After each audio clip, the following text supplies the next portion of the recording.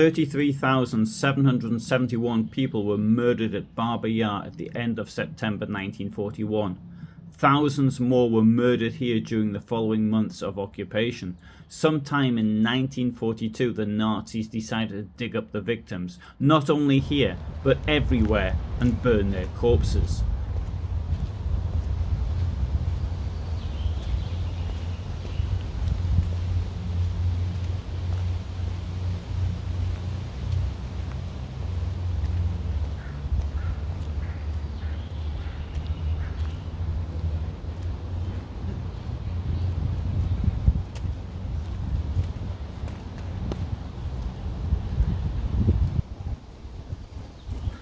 This job was handed to Paul Blöbel, one of the murderers from Babi Yar.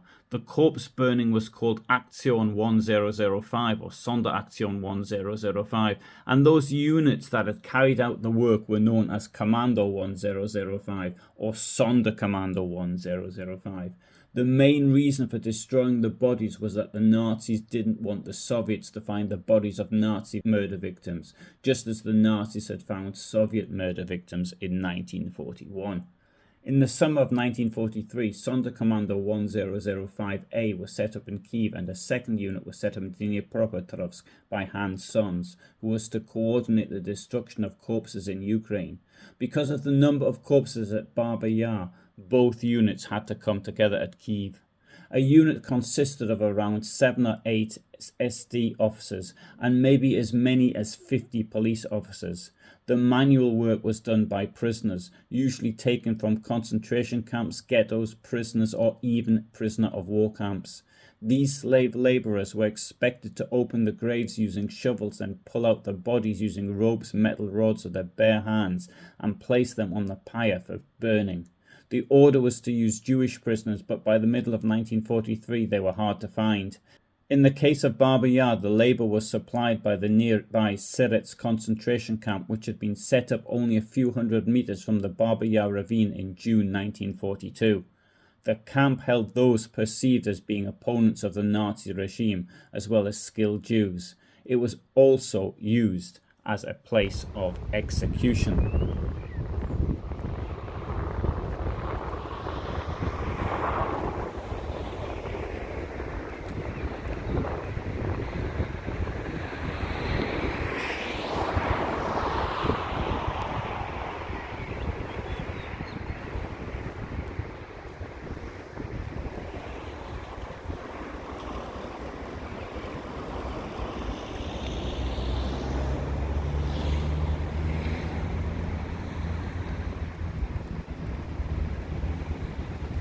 The orders of Blöbel for Sonderkommando 1005 was that once the work was completed, then the prisoners who had worked at the site were to be murdered.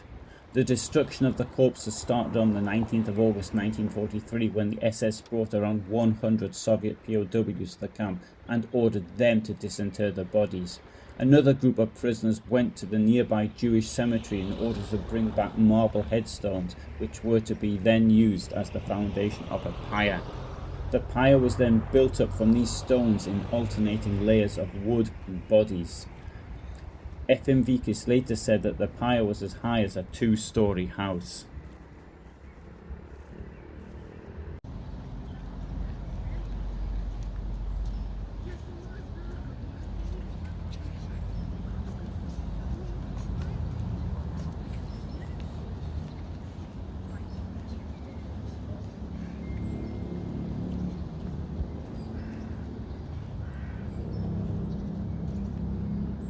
However, the prisoners were able to secretly arm themselves using bits of metal and other implements they found.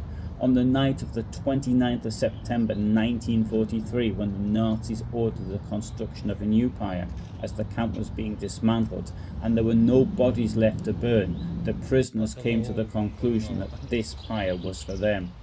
Then an inmate revolt broke out. The prisoners overpowered the guards, allowing 15 people to escape. One of them was Vladimir Davidov, who later served as a witness at the Nuremberg trials. Among other escapees were Fyodor Davidtani, Jakub Kaper, Philip Vilkis, Leonid Karash, I. Brodsky, Leonid Kadomsky, David Butnik, Fyodor Yershov, Yakov Steyuk, Semyon Berland, Vladimir Kotelyak, and others.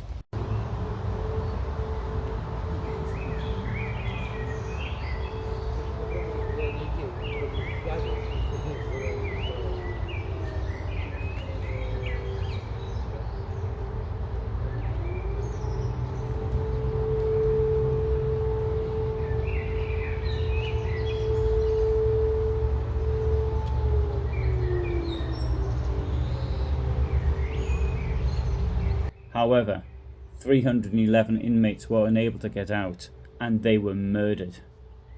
Only a few days later, Kiev was recaptured by the Red Army.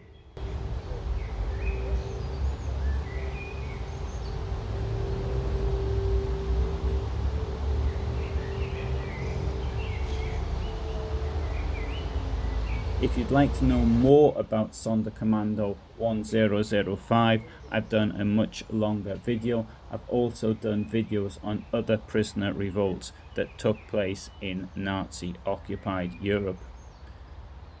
Thanks for listening. I upload every Tuesday and every Friday at 2000 hours.